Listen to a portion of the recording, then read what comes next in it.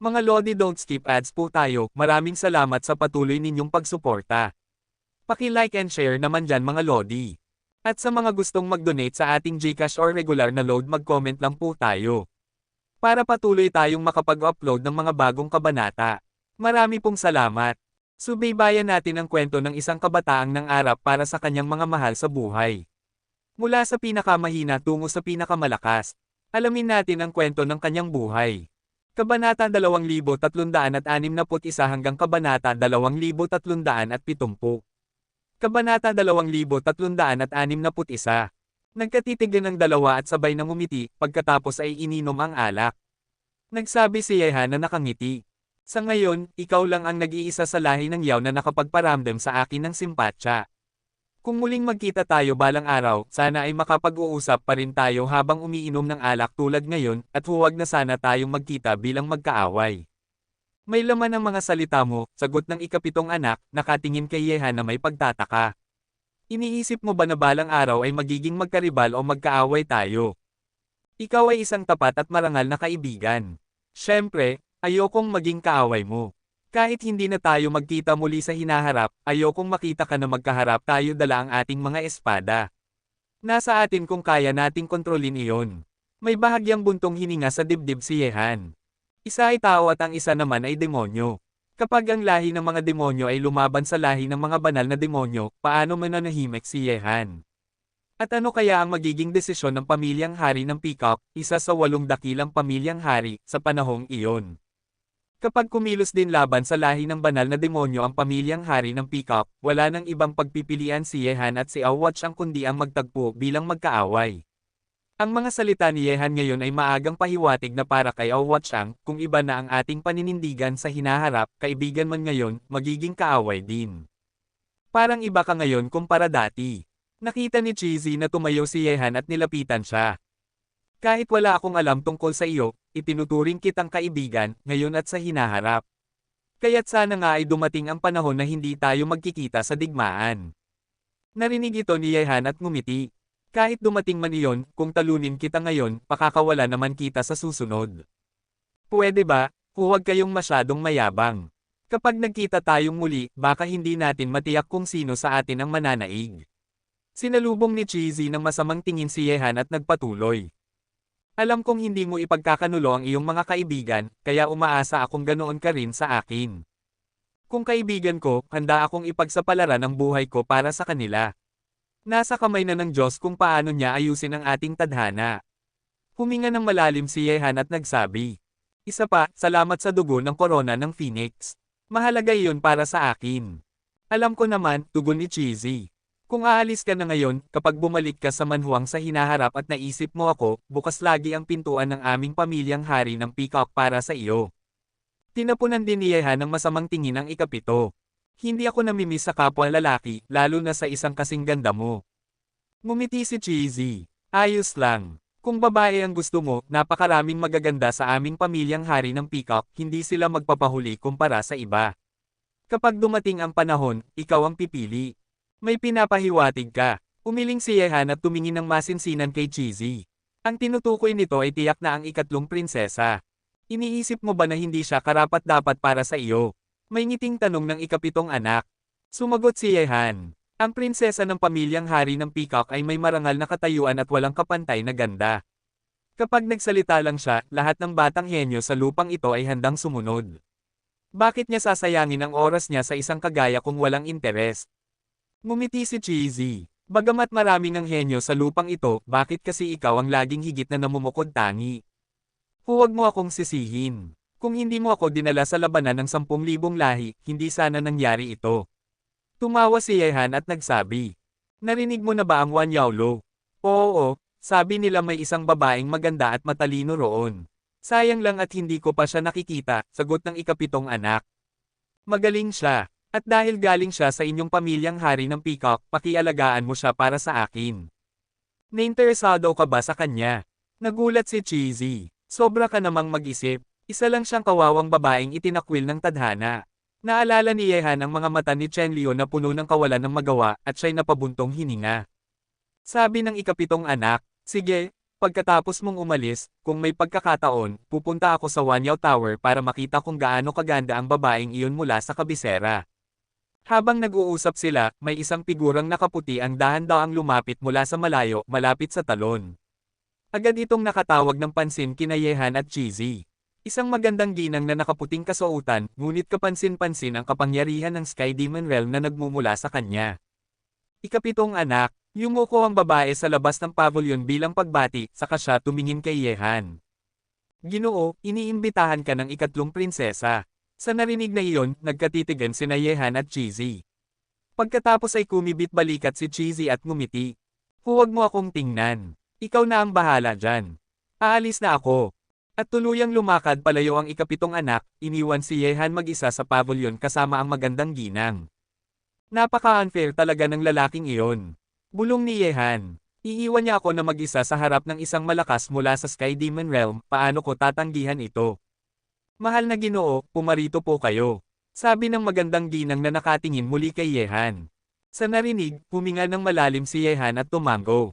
Malinaw sa isip niya, ang maging manugang ng pamilyang hari ng Peacock, iyon ay tiyak na imposibleng mangyari. Kapag naging magkaaway sila sa hinaharap, walang makakapagsabi kung ano ang mangyayari. Kabanata 2362. Sa pangunguna ng magandang babaeng nasa katanghaliang gulang, dumaan sila sa maraming gusali hanggang makarating sila sa isang palasyo na may napaka-eleganteng ayos. Pagdating nila roon, sinabi ng babae, "Pakiusap, Ginoo, hinihintay ka na ng ikatlong prinsesa. Matagal ka na niyang inaabangan." Tumingin si Yehan sa palasyo sa kanyang harapan. Tahimik ang paligid, at sa ilalim ng matamang tingin ng babae, wala siyang nagawa kundi maglakad papasok. Nang makapasok si Yehan, sumunod ang babae at pagkatapos ay naglaho. Pagpasok ni Yehan, agad siyang sinalubong ng isang mabangong halimuyak. Sa likod ng kurtina, bahagya niyang nasal-ayan ang anino ng isang malaking kama, at mula roon ay lumitaw ang isang matangkad at magandang babae matapos itaas ang kurtina.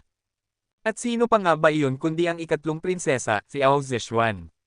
Suot niya ang isang napaka-sexing kasuotan, nakalitaw ang mapuputi at makinis na balikat, at ang dalawang collarbone ay para bang obra maestra ng Diyos. Ngunit kahit ganoon, nanatiling kalmado si Yehan habang nakatingin sa prinsesa na dahan-daang lumalapit sa kanya. "Maganda ba ako?" tanong ni Ao Zishuan habang nakatayo na sa harap niya, ang hininga nito ay dumampi sa mukha ni Yehan. "Prinsesang ikatlo, bakit hindi ka nalang magsabi ng diretsahan?" mahinahong tugon ni Yehan. "Hindi pa ba malinaw ang sinasabi ko?" Ngumiti si Ao Zishuan, inilagay ang kanyang makinis na kamay sa balikat ni Yehan at marahang umikot sa kanyang likuran. Habang nakadikit ang katawan, bumulong siya sa kanyang tainga, "Uulitin ko, maganda ba ako?" "Maganda ka, pero sa kasamaang palad, hindi ikaw ang paborito kong putahe," malamig na sagot ni Yehan. Sa isip niya, napangiti siya ng mapait, ngayon, kailangan niyang maging tulad ni Liu Zaiwi, dahil hindi basta-bastang babae ang prinsesa ng Peacock Royal Family. "Ngunit ikaw ang paborito kong putahe," malanding tugon ni Ao Zishuan habang lalo pang lumapit. "Kung iniisip mong maganda ka, bakit hindi ko pa makita ang mas maganda pang panig mo? Hindi ba't iyon ang gusto ng mga lalaki?" Bumulong muli si Ao Zishuan, at ang bango ng kanyang hininga ay nakagugulo sa isip ni Yehan. Kahit sinong lalaki, kapag nilapitan ng ganitong uri ng babae, tiyak na matutokso, kahit pa isang banal na monghe. Hindi ba niya alam na para itong paglalaro ng apoy? Bulong ni Yehan sa sarili, habang kumikislap ang kakaibang liwanag sa kanyang mga mata. Bigla siyang lumingon, at ang matalim na tingin niya ay nagpatigil kay Ao Zishuan. Bahagya itong nanginig at nagpakita ng takot. "Alam mo ba kung sino ang may pananagutan sa nagsindi ng apoy?" tanong ni Yehan na may nakakalokong ngiti. "Pananagutan? Anong ibig mong sabihin?" nanginginig na tanong ng prinsesa. "Siyempre, ako ang may pananagutan na patayin ang apoy." Sa gitna ng kanyang malademonyong tawa, binuhat niya si Ao Zishuan patungo sa likod ng kurtina. "Ah!" napasigaw si Ao Zishuan. Habang pasan ni Yehan sa kanyang balikat, naguluhan ang kanyang isip. Kahit nilandi at sinedus niya si Yehan kanina, hindi niya inasahan ang biglang pagbabagong ito. Ibinagsak siya ni Yehan sa malambot na kama at agad itong sumunod, halos nakadagan na sa kanya. "Ano ang balak mo?" tanong ng prinsesa, humihingal at ramdam ang matinding presensya ni Yehan. Ang kanyang puso ay tumibok ng napakabilis. "Hindi mo ba mahuhulaan? Hindi ba ito ang gusto mo?" nakangising sagot ni Yehan. "Hindi. Nanginginig si Ao Zishuan, pilit itinulak si Yehan ngunit hindi niya magawa. Nawala ng lakas ang kanyang katawan. Kapag nagsindi ka ng apoy, kailangan mong ako ng responsibilidad na patayin ito, sagot ni Yehan habang ang kanyang kamay ay dumampi na sa pisngi ng prinsesa. Hayop ka, wala ba kayong mga lalaki ng kahit kaunting pagpipigil? Sinusubok lang kita. Kapag nagpatuloy ka, sisigaw ako. Nasa Peacock Royal Family ka, sa tingin mo ba makakalabas ka pa? Banta ni Ao Zishuan, kahit nanginginig na ang kanyang tinig. Ngumisi si Yehan. Kahit sumigaw ka, bago pa dumating ang iba, magiging kanin na tayong lutong-luto. At sa oras na iyon, opisyal na akong magiging manugang ng Peacock Royal Family. No, kung ipagpapatuloy mo ito, papatayin kita. Halos mangiyak-ngiyak si Ao Zishuan. Pinagsisihan niya ngayon na pinaalis niya ang mga bantay. Oo, gusto niya si Yehan, pero hindi pa siya handa. Ang totoo, nais lang niyang ipakita na hindi siya matatalo ng mga babae mula sa Phoenix Royal Family. Kung papatayin mo ako, gawin mo pagkatapos. Pero bago iyon, gagampanan ko muna ang aking tungkulin bilang magiging manugang ng Peacock Royal Family. Ramdam ni Ao Zishuan ang malamig na hangin na dumidampi sa kanyang balat, at lalo pang namutla ang kanyang mukha. Ngunit dahil sa matinding panghihina, hindi niya magawang kumawala sa kontrol ni Yehan. Kabanata 2363. Ang kutis mo'y parang gatas, kaakit-akit at napakagrasyoso. Talagang inaalagaan ng ikatlong prinsesa ang kanyang malinis na balat. Isang tunay na dilag sa mundo. Dahil mataas ang tingin mo sa akin, Hanye, kung gayon, hindi na ako magpapakumbaba. Nang marinig ang malademonyong tinig ni Yehan, biglang nakahanap ng lakas si Ao Zishuan at itinulak siya palayo. Sino bang nagsabing ikaw ang manugang ng Peacock Royal Family? Kahit pa ikaw iyon, ngayong sandali ay ididiborsyo na kita. Tinitigan ni Ao Zishuan si Yehan gamit ang kanyang malamlam ngunit mabagsik na mga mata. Agad niyang inayos ang kanyang kasuotan, nag-aalala na baka muli siyang lapitan ni Yehan. Babae, hindi mo na kailangang maging ganoon kalupit, hindi ba? Ikaw mismo ang nagsabing ako ang magiging manugang ng Peacock Royal Family. Ngumising demonyo si Yehan habang lumapit, dahilan para kabahan si Ao Zishuan. Agad na lumitaw ang isang sibat sa kanyang kamay. Kung susubukan mong maging marahas, hindi na kita gagawing tunay na lalaki. Ngumisi si Yehan at itinulak gamit ang daliri ang sibat. Anong balak kong gawin, mapipigilan ba ng sirang sibat na iyan? Hindi ba't tila gusto mong patayin ang sarili mong asawa? Sino bang nagsabing asawa kita? Hindi ko iyon kinikilala. Galit na sagot ni Ao Zishuan habang mahigpit na hawak ang sibat at patuloy na nagbabantay kay Yehan. Sa totoo lang, nais pa sanang lokohin ni Yehan ang prinsesa, ngunit bigla niyang naramdaman ang pagkilos mula sa kanyang somero ring. Sa isip niya, hindi talaga siya papatol sa ganitong relasyon, lalo na't malinaw na ayaw ni Ao Zishuan. Mas mainam na takutin siya at umurong. Bukod pa rito, nasa Peacock Royal Family siya, isang lugar na mahigpit ang seguridad at napakalakas ng mga gwardya. Kahit pa magkaroon siya ng matinding lakas ng loob, hindi niya magagawa ang iniisip ng prinsesa. Kung itutuloy niya iyon, baka hindi na siya makalabas ng buhay sa Peacock Royal Family. Matapos maramdaman ang mensahe mula sa somero ring, ngumiti si Yehan. Dahil hindi mo naman gusto, prinsesang ikatlo, hindi na kita pipilitin. Pero tandaan mo ang sinabi mo kanina, hindi ako manugang ng Peacock Royal Family. Hindi ngayon, at hindi kailanman. Paalam. Matapos sabihin iyon, diretsyong lumabas ng palasyo si Yehan nang hindi lumilingon. Para sa kanya, iyon ang pinakamainam na resulta. Alam na niya na si Ao Zishuan, sa kabila ng kanyang tapang at walang pakundangan, ay isa ring normal na babae kapag dumating ang kritikal na sandali. At ngayong siya mismo ang nagsabi, tiyak na hindi na siya istorbohin pa. Sa lupain ng Peacock Royal Family, hindi rin magtatagal si Yehan. At higit sa lahat, ang pagiging manugang ng pamilya ay imposible para sa kanya. Huminto ka, sigaw ni Ao Zishuan nang makita niyang paalis si Yehan. Naiinis siya, ngunit nang lumabas na si Yehan ng palasyo, kahit anino niya ay hindi na makita. Buwisit, niloko ako ng hayop na iyon. Pero tandaan mo, Yehan, ang lalaking minahal ni Ao Zishuan ay hindi basta makakatakas. Balang araw, ikaw mismo ang may in love sa akin at magiging handang maging manugang ng Peacock Royal Family. Lumabas si Ao Zishuan sa palasyo, galit ang mga mata. Naisip niya, wala namang balak si Yehan na saktan siya kanina. Ginawa lamang nito iyon para pasukuhan siya. Ngunit hindi basta-basta susuko si Ao Zishuan.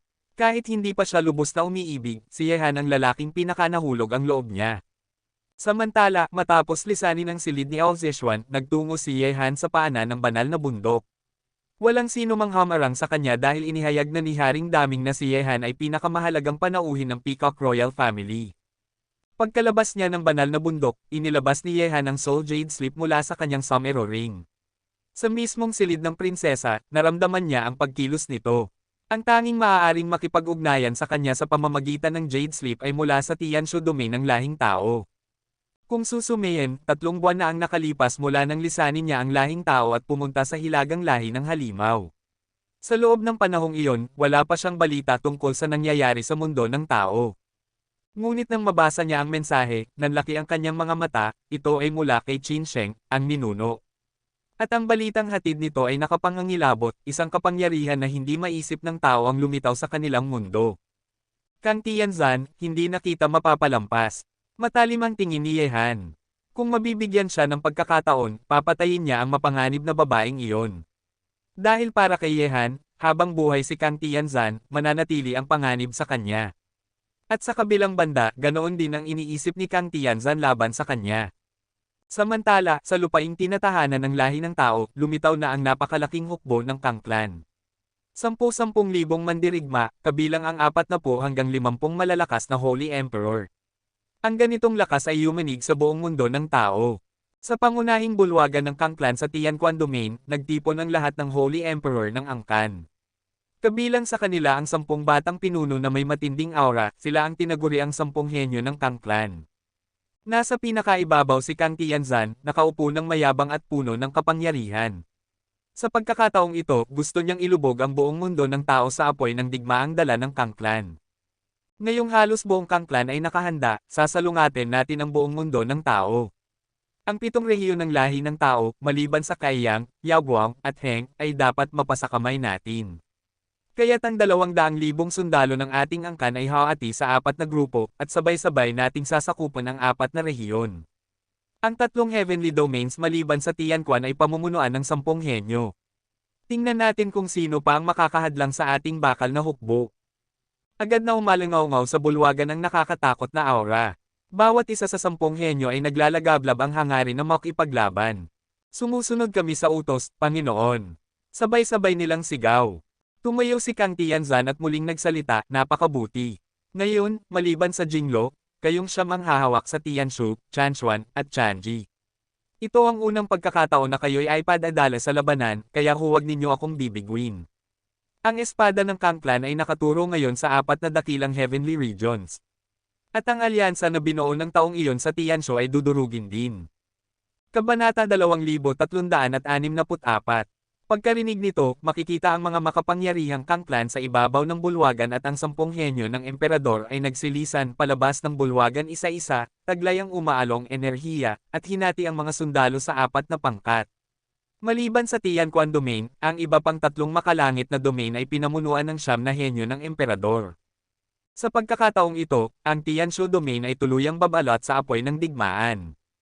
Jinglo, wala pa rin bang balita tungkol sa lalaking iyon? Tanong ni Kang Tianzo mula sa ibabaw ng bulwagan, habang nakatingin sa nag-iisang si Kang Jinglo na hindi pa umaalis. Umiling si Kang Jinglo at nagsabi, wala pa, tila bigla na lamang siyang naglaho mula sa lahi ng tao, walang bakas na makita. Hinihinala kung umalis na siya sa mundo ng lahi ng tao. Talagang umalis na ba siya? Bahagyang nag-iba ang tingin ni Kang Tianzo. Kung ganoon na lang naglaho si Ye Han, magiging walang saysay ang kanyang labanan sa mundo ng tao, at hanggat hindi natatanggal si Ye Han, kahit masakop man ang lupain ng tao, hindi magiging panatag ang Kang Tian Burial. Tinanong ni Kang Jinglo, Panginoon, ngayong itinututok na ng 9 na emperador ang kanilang mga espada sa 3 pangunahing rehiyon ng Tianshu, Chanshuan, at Chanji, kailan naman natin aatakihin ang Tianquan Domain?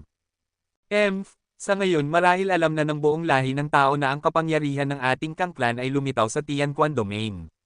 Sigurado akong naghanda na sila para labanan tayo. Mas nakakawili kung handa sila. Ipinahahayag ko, sa lahat ng kapangyarihan ng Tianquan Domain, digmaan. Malamig na wika ni Kang Chanbo. Matapos ang mahabang panahon ng pananahimik, hindi na kayang manatiling walang kibo ng Kang Clan. Mula noon, sa utos ng Kang Tianberial, ang kapangyarihan ng Kang Clan sa Tianquan Domain ay kumalat sa apat na direksyon, sumugod sa apat na makalangit na domain ng lahi ng tao, at agad namang nabatid ito ng mga pangunahing puwersa ng lahi ng tao. Matagal nang nasa ilalim ng pagbabantay ng lahat ng puwersa ng tao ang Kang Clan. Sa wakas, lubos nang naipakita ng Kang Clan ang kanilang lakas. Sa ganitong kapangyarihan, madali nilang masisira ang alinmang puwersa sa lupain ng tao. Walang kapangyarihan sa alinmang domain ang makakasalo sa kanila. Ngayon, hinati nila ang hukbo sa apat, mukhang nais nilang sakupin ang apat na makalangit na domain ng tao sa isang iglap. Sa banal na bundok ng angkan ng Qin, bumalot ang mabigat na kapaligiran na parang nagdilim ang paligid. Ang lahat ng makapangyarihan mula sa pitong pangunahing alyansa ng lahi ng tao ay may seryosong mukha. Ang laban na ito ay laban para sa kaligtasan ng lahat ng puwersa ng lahi ng tao. Ang Chanji Domain ay sakop ng aking 10,000 Heavenly Palace. Sa pagkakataong ito, patawarin ninyo kami, ngunit hindi namin kayang lumaban sa Kang Clan kasama ninyo. Kailangan naming bumalik sa Chanji Domain. Malamig na sabi ng isang malakas na mandirigma mula sa 10,000 Heavenly Palace. Ang aking Lingho Clan ay agad ding babalik sa Chanchuan Domain. Sa pagharap sa Kang Clan, hindi pwedeng mahati ang lakas ng aming angkan. Ano kaya ang desisyon ng mga kaibigan mula sa Yi Clan? Tanong ng malakas na mandirigma ng Lingho Clan. Babalik kami, sagot ng makapangyarihan mula sa Yi Clan na may mabigat na tinig. Nasa Chanchuan Domain din ang pundasyon ng aming Yi Clan. Bahala na ang ating kapalaran. Dahil naroon din sa Chanchuan Domain ang Lingho Clan at Yi Clan, minabuti nilang ibalik ang kanilang puwersa roon upang maghanda laban sa Kang Clan.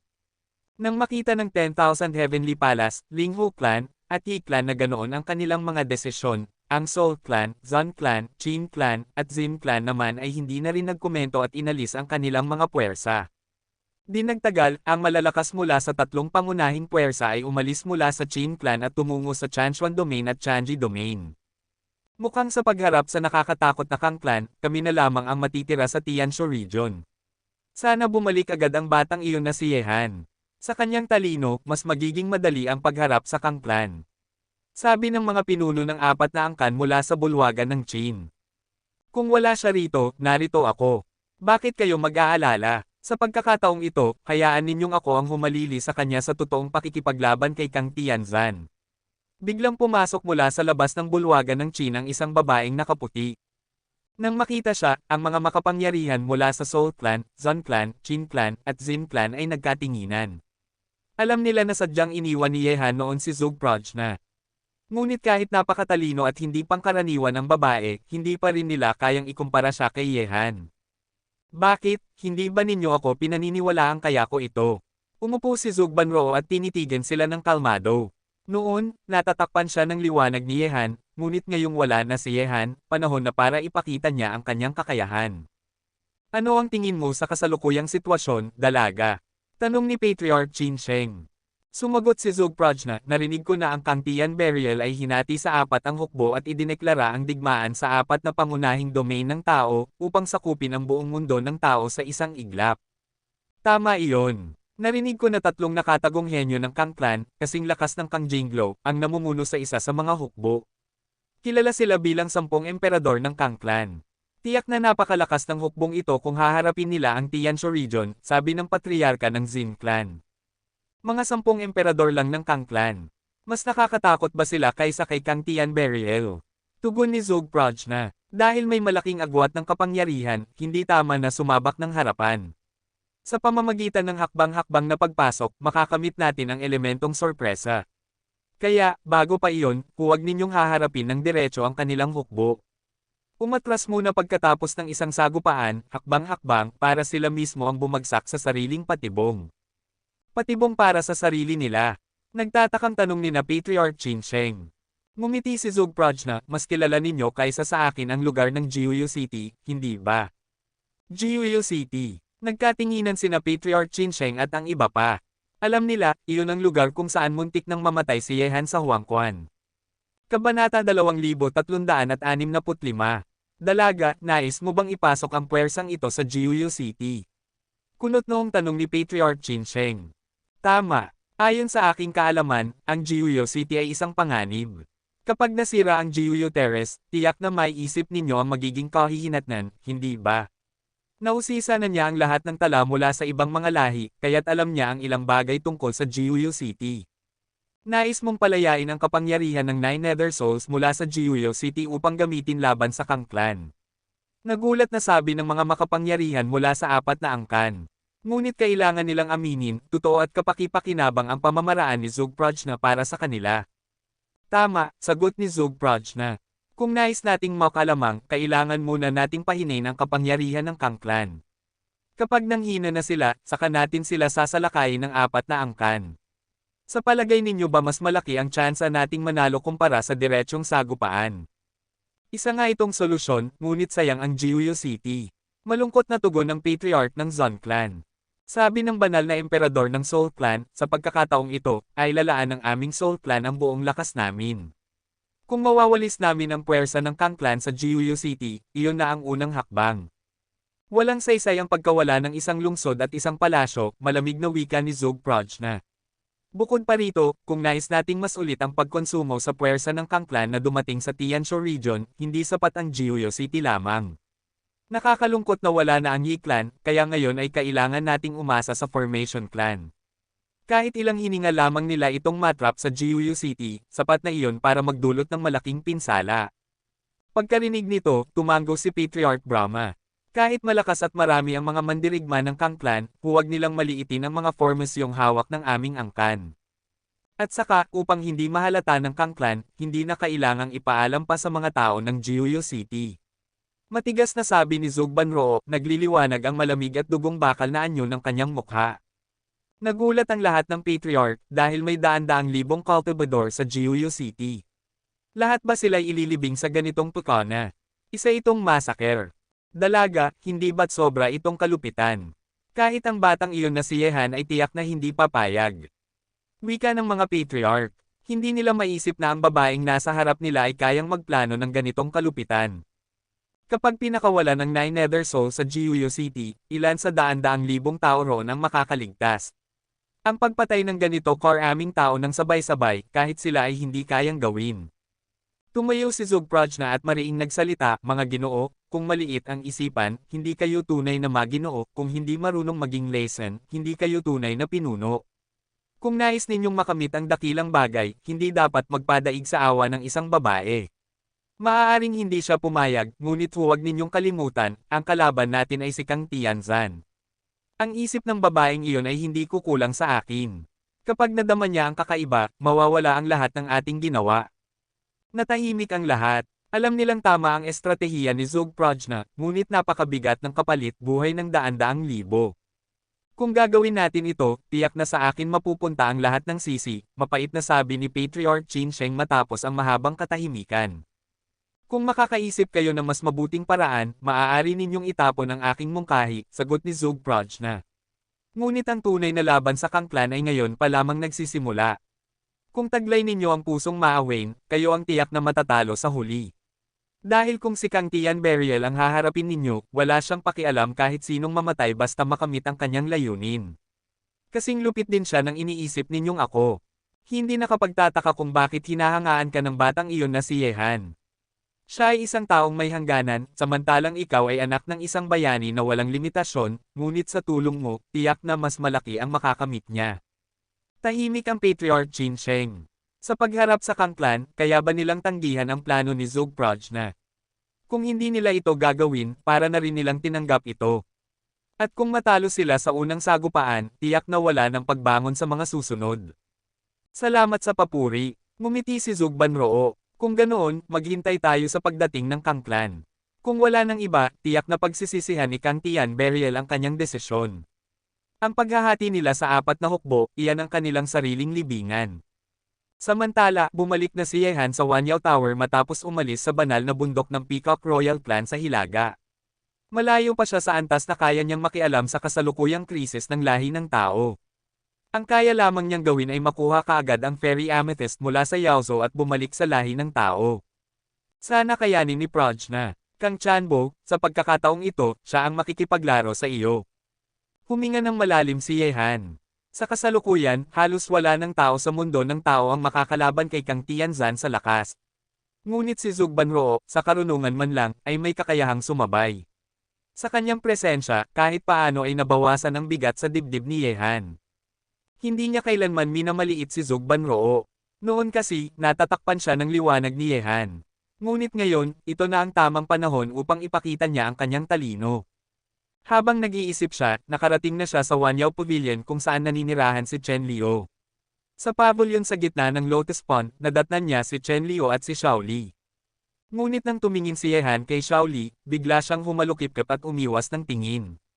Ginoo, pagbati. Ikaw na ngayon ang kinikilalang numero unong mandirigma sa lupain ng tigang. Sa loob lamang ng ilang araw, tiyak na lalaganap ang iyong pangalan sa buong lupain. At ngayon, inihayag ng Peacock Royal Family na ikaw ang pinakamahalagang panauhin nila, isang karangalang pinapangarap ng lahat. Masayang bati ni Chen Liu. Ngumiti si Yehan. Isa lamang iyong hangkag na titulo. Para sa akin, ang dugo ng Phoenix Crown ang tunay na pinakamahalagang bagay sa digmaan ng 10,000 lahi. Tungkol naman sa Peacock Royal Family, alam ko na marami ang may interes doon. Pero, sino ba ang nakasakit sa dalagang ito? Tinitigan niya si Shaoli, na mula nang siya'y bumalik ay hindi man lamang siya binigyan ng magandang tingin, na para bang may utang siya rito. Kabanata 2366. Palagay ko selos lang ang dalaga. Nagsisimula pa lang siyang umibig, kaya nagtatampo. Natatawang sabi ni Chen Liu habang tinatakpan ang kanyang bibig. Lumingon din siya kay Shaoli na nakasimangot at nakapatong ang baba sa kamay. Baka naman may gusto na ang ating maliit na tigre. Nagtatakang tanong ni Yehan. Wala kang pakialam. Hindi ba't may isang malaking kontrabida na magiging manugang ng Peacock Royal Family? Bakit ka pa bumalik dito? Inis na sagot ni Shaoli habang nakabusangot at tumalikod. Narinig ito ni Yehan at ngumiti, sige na, huwag ka nang magalit. Ngayon tapos na ang digmaan ng 10,000 lahi, panahon na para lisanin natin ang kabisera at magtungo sa dakilang disyerto. Nang marinig iyon, bahagyang gumanda ang mukha ni Shaoli at sinulyapan si Yehan. Hindi pa rin masama, pero kapag naglakas loob kang pakasalan ang peacock na yon, kakagatin talaga kita hanggang mamatay ka. Natahimik si Yehan, hindi niya alam kung sobra bang mag-isip ang dalaga, pero malinaw na hindi niya gustong maging manugang ng Peacock Royal Family. Panginoon, aalis na ba kayo sa kabisera? Tanong ni Chen Liu. Tumanggaw si Yehan at tiningnan siya. Kung hindi ka tatutol, tawagin mo na lang akong Kuya Hanye. Salamat sa lahat ng pag-aalaga mo nitong mga araw na ito. Ihahatid ko ang batang ito sa Chanhu Royal Family, kaya aalis na ako ngayon. Bahagyang nalungkot ang mga mata ni Chen Liu ngunit agad din siyang ngumiti. Ikinararangal ko na makilala ka bilang aking kuya, ang pinakamalakas na mandirigma sa lupain ng disyerto. Kaya bakit naman ako tatutol? Kung nais mo nang umalis, hindi kita pipigilan. Ngunit ang daan papunta sa Chanhu Royal Family ay napakalayo, higit 1 buwan ang lakbayin. Ingatan mo ang iyong sarili.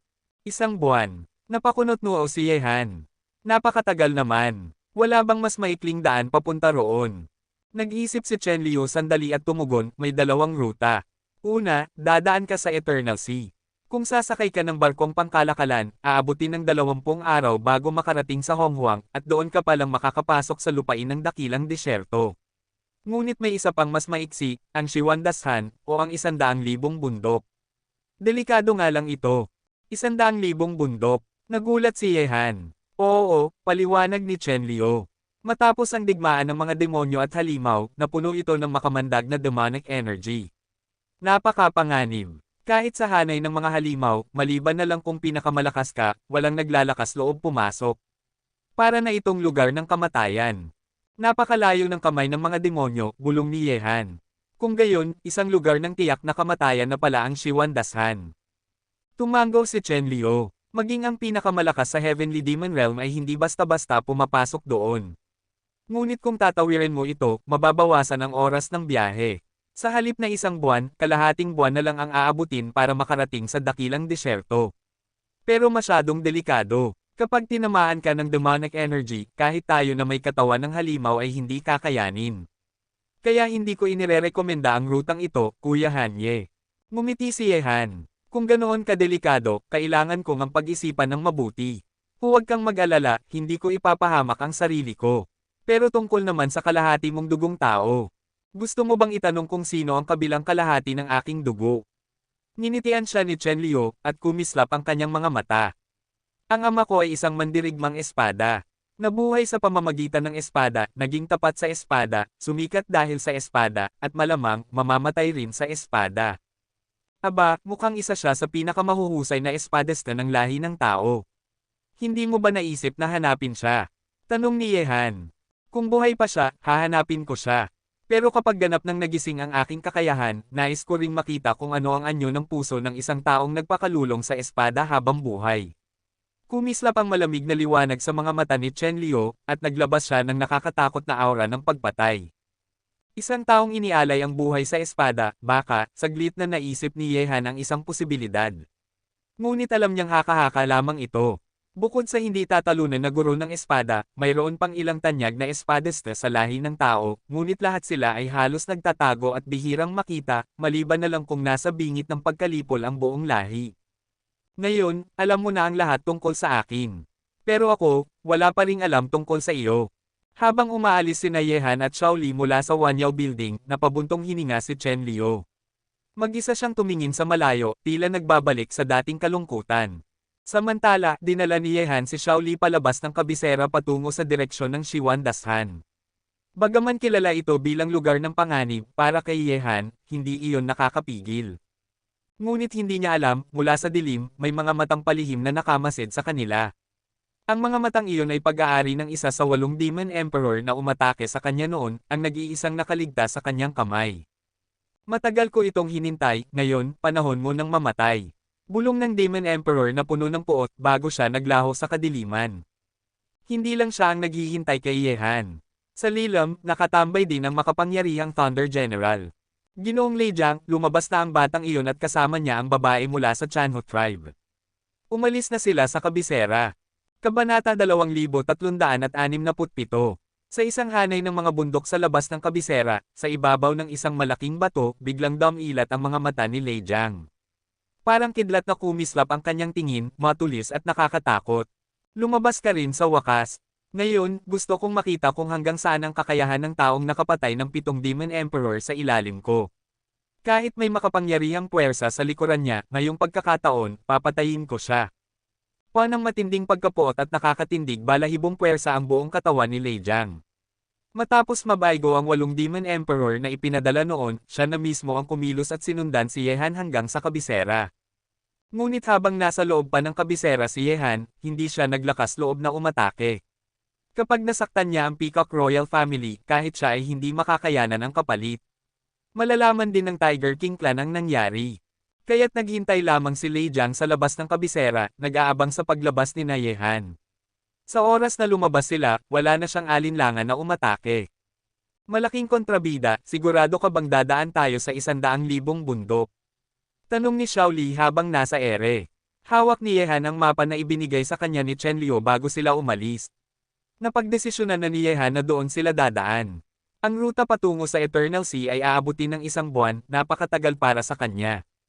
Ngayon, dumadaan ang lahi ng tao sa isang nakakatakot na digmaan.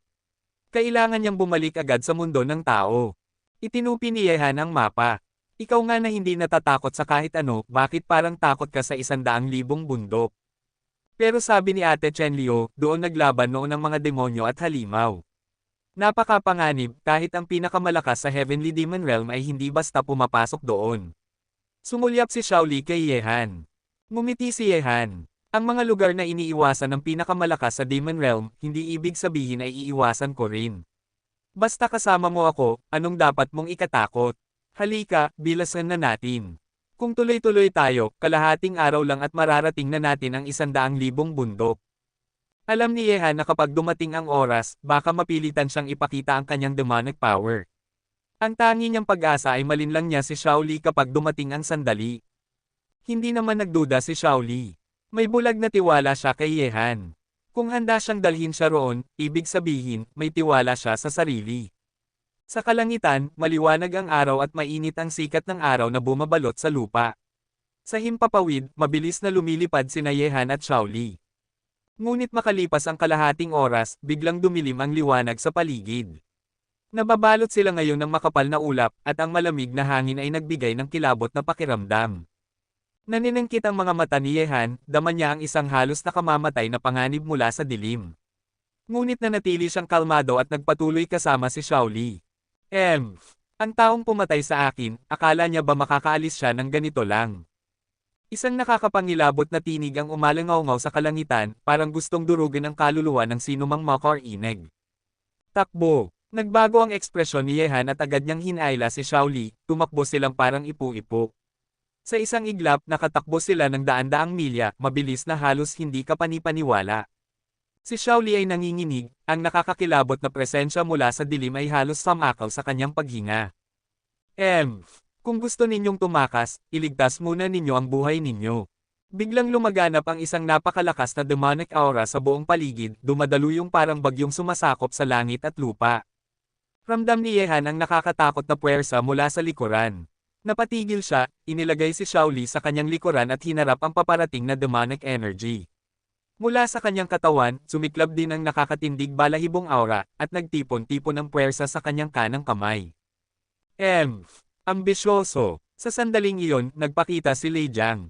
Nakaitim na robe, matalim at malamig ang mga mata, parang veteranong pumatay ng libu-libong Diyos sa digmaan. Sa isang iglap, dumaluyong ang nakakapangilabot na demonic aura, nakakasakal, parang gustong durugan ang lahat.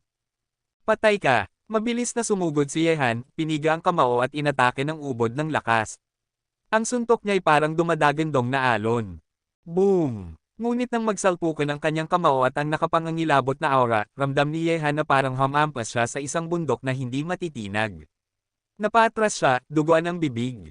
Isang simpleng atake lang ni Lei Jiang, ngunit agad nitong nasugatan si Yehan. Hindi biro, isa itong tunay na malakas sa Heavenly Demon Realm. Kabanata 2368. Hayop ka! Hinitid ni Shaoli si Yehan at nakita ang mapatla nitong mukha. Paglingon niya kay General Lei, sumiklab sa kanyang mga mata ang nakakakilabot na intensyon ng pagpatay. Huminga ng malalim si Yehan at tumingin din dito. Sa sandaling iyon, unti-unting naglaho ang nakakatakot na miasma, ngunit dalawang nakapangangilabot na figure ang papalapit sa kinaroroonan ni Yehan. Ang Demon Emperor ay kasunod pa rin ni Lei Jiang. Ang ganoong lakas ng kombinasyon ay sobrang mapanganib para kina Yehan at Shaoli. Kahit hindi niya kailangan katakutin ang Demon Emperor, ibang usapan ang makaharap ang isang tunay na malakas mula sa Sky Demon Realm. Kahanga-hanga ka rin pala. Hindi na ako nagtaka kung bakit napatay mo ang 7 Demon Emperor ng harap-harapan. Ngayon lang ako nakakita ng ganitong kabaliwang binata. Pero tandaan mo, kahit sino pa ang pumatay sa mga tao ko, siguradong mamamatay ka ngayon. Malamig ang tinig ni Lei Jiang, at ang kanyang mga mata ay parang isang mabangis na hayop na handang lumapa. Ang presensya ng isang makapangyarihan sa Sky Demon Realm ay bumalot sa buong paligid. Damang-dama ni Yehan ang bigat ng lakas na parang pader na bakal. Naging mas seryoso ang kanyang mga mata. Harap-harapan sa isang ganitong kalakas, naramdaman niya ang kawalan ng magagawa. Ginoo, bilang kasapi ng Chanhu Royal Family, bakit kailangan yung pumatay ng lahat-lahat? Malamig na sambit ni Yehan, habang palihim na ginagamit ang kapangyarihan ng buhay upang ayusin ang pinsalang natamo niya kanina. Puro Saturday. Siguradong mamamatay ka ngayon. Sa taglay mong talento, dapat maliwanag ang kinabukasan mo. Kasalanan mo lang na nakisawsaw ka sa gulo. Mariing tinig ni General Lei, habang dahan-daang nag-ipon ng puwersa sa kanyang kamao. Niyanig ng kanyang kapangyarihan ang paligid, at lalong naging nakakatakot ang atmosfera. Sa akin na ang batang ito, patayin ang babae. Hindi sila dapat makarating sa lupang prehistoriko. Master Lei Jiang, huwag kayong mag-alala, mamamatay ang babaeng ito. Sagot ng Demon Emperor, at agad tumutok ng malamig, dugong uhaw ng mga mata kay Shaoli. Sa iglap, kumilos si Lei Jiang. Ang kanyang kamao ay umarangkada na parang bagyo, taglay ang lakas na kayang yumanig sa langit at lupa, at sumugod ito sa direksyon ni Yehan. Sa sandaling iyon, para bang umiikot ang mundo kay Yehan. Ang kapangyarihan ng kamao ni Lei Jiang ay kayang wasakin ang kalangitan at pinapagpawisan ang kawalan. Lumayo ka, sigaw ni Yehan at itinulak palayo si Shaoli. Hinarap niya ang nakamamatay na suntok, at kumislap ang kabaliwan sa kanyang mga mata. Mabilis na lumitaw sa kanyang mga kamay ang isang bakal na baston. Buo niyang lakas ay ipinuhos dito at buong dahas na inihampas. Ngunit bigla, kumislap ang liwanag mula sa katawan ni Yehan, at isang figure ang lumitaw sa tabi niya. Paglabas ng figure, agad nitong sinalakay ang Demon Emperor na umaatake kay Shaoli. Sa sandaling iyon, kahit nakaharap siya sa isang makapangyarihan ng Sky Demon Realm at isang Demon Emperor, wala nang pakialam si Yehan. Kinailangan niyang ilantad ang 9 transformations of God Punisher. Kahit kaya ni Shaoli na saglit na abalahin ang Demon Emperor, hindi niya ito kayang talunin. Si Yehan mismo ang humarap sa malakas mula sa Sky Demon Realm, habang ang kanyang avatar ang pumihil sa Demon Emperor. Sumabog ang malalakas na tunog ng sagupaan sa buong mundo. Sa ilalim ng mabagsik na atake ng avatar ni Yehan, isang galaw lang ay sapat na upang malubhang masugitan ang Demon Emperor na umatake kay Shaoli. Hindi kinaya ng kapangyarihan ng Demon Emperor ang avatar. Ngunit si Yehan, nakaharap sa lakas ng Sky Demon Realm, ay tuluyang naduraj ang bakal na baston sa kanyang kamay. Nabiyak ang palad niya, damaloy ang dugo, at bumulwak ang dugo sa kanyang bibig habang napaatras siya na parang saranggola na naputol ang tali. Galit na umatungal ang avatar ni Yehan at muling sinalakay ang sugatang Demon Emperor. Tanging sa pagpatay dito siya makakatulong kay Yehan laban sa kalaban sa Sky Demon Realm. Big Villain, nangingilid ang luha at kaba sa mukha ni Shaoli habang pinapanood si Yehan na labis na nasugatan. Hindi na niya naisip kung bakit may ganoon siyang makapangyarihang avatar. Ang alam lang niya, kapag natalo si Yehan, tuluyan na silang mawawala ng pag-asa. Humph, buhay pa rin. Malamig na sambit ni Lei Jiang nang makita si Yehan na sugatan ngunit hindi pa rin patay. Kahit siya ay bahagyang nagulat. Pero lalo pa siyang nagapoy sa pagnanais na tapusin ito. Alam niyang si Yehan ay isa lamang 4 Tribulations Demon Venerable, napakalaki ng agwat sa pagitan nila. Lalong ninais ni Lei Jiang na patayin siya. Ang ganoong klaseng henyo ay dapat mamatay upang hindi magdala ng problema sa hinaharap. Sa gitna ng walang hanggang kalangitan, halos mawasak ang katawan ni Yehan. Ang kanyang mga laman loob ay parang pinupunit ng nakakatakot na puwersa. Ngunit hindi pa tapos ang laban, muling sumugod ang malakas mula sa Sky Demon Realm, at ang nakamamatay nitong presensya ay muling bumalot kay Yehan. Humph, sapat na ang nakaligtas ka sa isang galaw ko. Pero ngayon, panahon na para bumaba ka sa impyerno. Kabanata 2369. Malamig ang ekspresyon ni General Lei, at muling bumagsak ang nakakatakot niyang kamao sa tuktok ng ulo ni Yehan. Ang puwersang tila kayang wasakin ang mundo ay nagbasag sa nakapipinsalang kalangitan. Sa sandaling iyon, habang kaharap ang malalim na hininga ng kamatayan, lalo pang nagapoy ang kabaliwan sa mga mata ni Yehan. Bigla, mula sa kanyang katawan ay sumiklab ang kapangyarihan ng paglikha na hindi pa niya nagagamit mula nang mapadpad siya sa Yaozo. Tulad ng rumaragas ang hangin, kumalat ito patungo kay Lei Jiang. Mabilis na nanigas ang mga mata ni Lei Jiang. Ang kapangyarihang sumalakay sa kanyang isipan ay nagdulot pa sa kanya ng bahagyang pakiramdam ng panganib. Ngunit kasabay ng kanyang pagkabigla, isang mas nakakatakot na puwersa ng paglikha ang sumabog mula sa katawan ni Yehan, gaya ng pagbagsak ng rumaragasang baha. Sa iglap ay nabasag ang depensa ni Lei Jiang at marahas nitong pinunit ang kanyang kaluluwa. Ang ganoong sakit ay nagpatirek ng mga mata ni Lei Jiang, isang makapangyarihan mula sa Sky Demon Realm, at napilitang maglabas ng pangit at baluktot na ekspresyon. Reset! Mataas ang sigaw ni Yehan.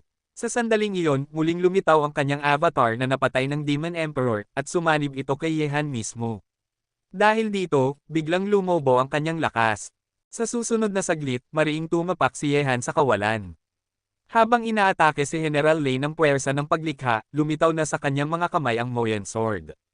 Tumama ang nakakasilaw na liwanag nito sa katawan ni Lei Jiang. Shek! Isang nakapangangilabot na tunog ng pagkahati ang lumabas mula sa katawan ni Lei Jiang. Kahit ang katawan ng isang makapangyarihan sa Sky Demon Realm ay hindi nakayanan ang talam ng espada ni Yehan. Isang malalim na sugat ang bumukas at patuloy na kumalat sa kanyang katawan. Umalis tayo. Hindi na nag-aksaya ng oras si Yehan. Mabilis niyang hinatak si Shaoli, na tila natigilan sa nakita, at tumakas palayo. Alam ni Yehan na isang himala na lang na nasugatan niya si Lei Jiang. Pero ang pumatay dito, imposible. Nakapinsala lang siya dahil hindi nakahanda si Lei Jiang laban sa kapangyarihan ng paglikha. Hayop ka, sampain ka, kahit maguno ang mundo, papatayin kita. Galit na sigaw ni Lei Jiang. Baliw ang kanyang ekspresyon, paano siya nasaktan ng isang simpleng 4 Tribulations Demon Lord. Isa itong kahihiyan na hindi niya matatanggap. Mabilis niyang sinundan ang direksyong tinakbuhan ni Yehan, ngunit wala na silang bakas. Sa itaas ng kawalan, hindi nang ahas magpahinga si Yehan. Ginamit niya ang buong bilis at ramdam niyang nasa likuran pa rin nila si Lei Jiang. Halos kalahating araw ng pagtakbo, nadala niya si Shaoli sa isang madilim na mundo, isang lugar na puno ng pagkawasak at miyasma ng demonyo, na para bang naroon ang mga hiyaw ng masasamang espiritu. Ngunit hindi tumigil si Yehan, at agad niyang pinasok ang dilim kasama si Shaoli. Sa gilid ng madilim na mundong iyon, pinasok nila ang lugar kung saan parehong itim ang kalangitan at lupa. Ito ang hangganan sa pagitan ng wildland at ng prehistoric land, ang 100,000 bundok. Naroon ang matinding enerhiya ng demonyo. Ang mga hanging umuugong sa kalangitan at lupa ay bunga ng kanilang pinagsamang lakas. Sa winasak na lupa, walang tumutubong damo. Ang lupa, bundok, bato, at mga tuyong puno ay puro itim. Kahit ang ulap sa langit ay ganoon din, itim na usok na walang tigil sa pagkalat. Matingkad ang kaibahan ng mundong ito sa pinanggalingan ni Yehan, doon ay parang paraiso, pero dito ay isang impyerno, ang Avicii Hell. Ngunit wala pang 5 minuto mula nang pumasok si Yehan at Shaoli sa 100,000 bundok, dumating na rin si General Lei, may mabangis at baliw na ekspresyon. Ang katawan niya ay balot ng mabangis na enerhiya, parang halimaw na handa ng magwala. Para sa kanya, malaking kahihiyan ang masugitan ng isang Four Tribulations Demon Lord, kahit pa malakas si Yehan. Tanging ang pagpatay kay Yehan ang makakapawi ng kanyang galit. Ngunit ngayon, nakapasok na sina Yehan sa 100,000 bundok. Kahit siya, isang makapangyarihan sa Sky Demon Realm, ay hindi basta-basta makakapasok. Kahit makapasok siya, hindi rin siya makatatagal ng matagal. Hayop kang bata, pumasok ka sa 100,000 bundok. Ibig sabihin, hinahanap mo na ang sariling kamatayan. Titingnan ko kung gaano katatagal sa loob. Mariing wika ni Lei Jiang habang nakatingin sa mundong nababalot ng itim sa harapan niya. Alam niyang hindi magtatagal sina Yehan at Shaoli sa loob. At paglabas nila, siguradong siya ang tatapos sa kanila. Pero sino ba talaga ang batang iyon? Ang ginamit niyang kapangyarihan kanina, hindi iyon puwersa ng isang demonyo. Humph! Kapag nahuli kita, pupunitin ko ang iyong ulo para malaman ang katotohanan. Kabanata 2370. Nakaupo si Lei Jiang nang nakakross ang mga paa sa gilid ng Shiwan Dashan, nakatitig ang mga matang parang tigre sa loob ng Shiwan Dashan. Ngunit sa mga oras na iyon, nadala na ni Yehan si Shaoli at tumakas sila ng libu-libong milya ang layo mula kay Lei Jiang. Ang demonic energy dito ay mas nakakatakot at mas nakapanghihilakbot. Sa itim na lupa, patuloy na sumisilip palabas ang may itim na usok ng kapangyarihan. Para kay Yehan, wala itong gaanong epekto. Ngunit para kay Shaoli, na isa lamang maliit na demonyo sa antas ng Second Tribulation Demon Venerable, ito ay isang krisis sa pagitan ng buhay at kamatayan.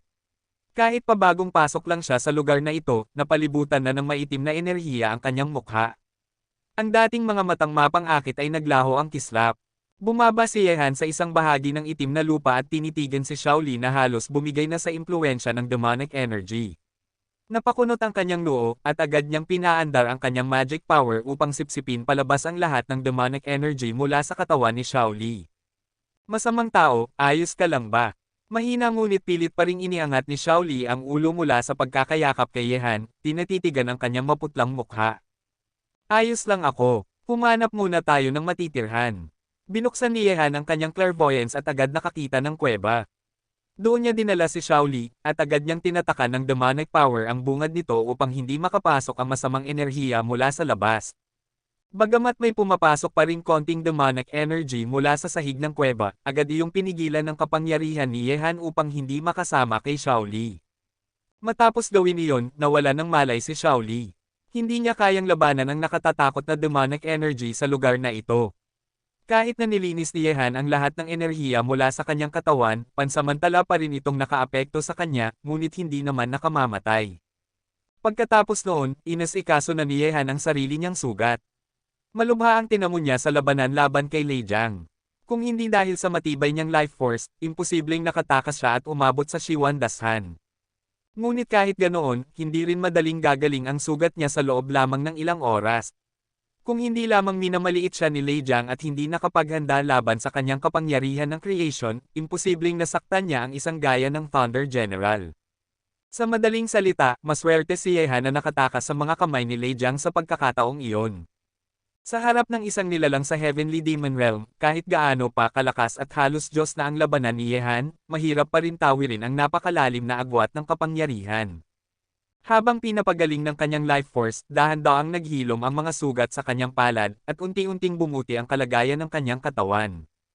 Pagsapit ng gabi, sa loob ng katahimikan ng kuweba, tuluyang gumaling ang mga panloob at panlabas na sugat ni Yehan, at muling bumalik ang kanyang kapangyarihang pandigma sa rurok. Bukod pa roon, matapos ang laban at pinsalang tinamo, napansin ni Yehan na mas naging dalisay ang lakas na dumadaloy sa kanyang katawan. Huminga siya ng malalim, tinitigan si Shaoli na nanatiling walang malay, at kinuha ang huling batong puso. Handang-handa na siyang sumubok na pumasok sa antas ng Five Revelations Supreme. Sa kanyang kasalukuyang kalagayan, wala siyang nararamdamang presyon upang makalusot sa antas na iyon gamit ang tulong ng bato. Muling sumalib ang enerhiya mula sa puso ng bato sa kanyang katawan at naghalo sa sariling lakas niya, damaloy sa kanyang meridian. Isang gabi ang lumipas. Sa tulong ng kanyang pagsipsip, tuluyan nang naubos ang kapangyarihan mula sa batong puso. Sa sandaling iyon, naging mas matindi at masigla ang aura ni Yehan. Break! Mula sa kanyang puso ay sumiklab ang isang mababang sigaw. Ang hadlang sa kanyang breakthrough ay biglang napunit at bumuhos ang mas makapangyarihang lakas sa buong katawan niya. Sa sandaling iyon, naabot na ni Yehan ang antas ng Five Revelations Supreme. Paglabas mula sa kuweba, nakatayo siya sa ibabaw ng itim na lupa. Ramdam niya ang mapanirang aura na bumabalot sa kalangitan, ang Reincarnation Calamity. Ngayon, 5 sunod-sunod na reincarnation calamities ang kanyang haharapin, at tanging matapos malampasan ang mga iyon ay magiging tunay na supreme ng 5 reincarnations. Halika, hanggat hindi pa ako umaabot sa antas ng kawalang kamatayan, lalabanan kita hanggang sa huli. Itinaas ni Yehan ang kanyang paningin sa kalangitan. Mula sa kanyang katawan ay bumuga ang nakapangangilabot na fighting spirit. Sa kanyang mga mata, sumiklab ang gintong kidlat na nagsasama-sama sa itim na ulap. Ang kapangyarihan ng 5 reincarnation tribulations ay hindi maihahambing sa 4 na tribulation na kanyang nalampasan noon. Sa tindi ng 5 ito, muling nalugmok si Yehan sa matinding pinsala. Ang lupang kanyang kinatatayuan ay nawasak sa loob ng ilang milya. Bagamat nalampasan niya ang kalamidad ng reincarnation, muli siyang malubhang nasugatan. Ang tinamong pinsala ay maihahalin tulad na sa nakuha ni Lei Jiang matapos ang kanilang laban.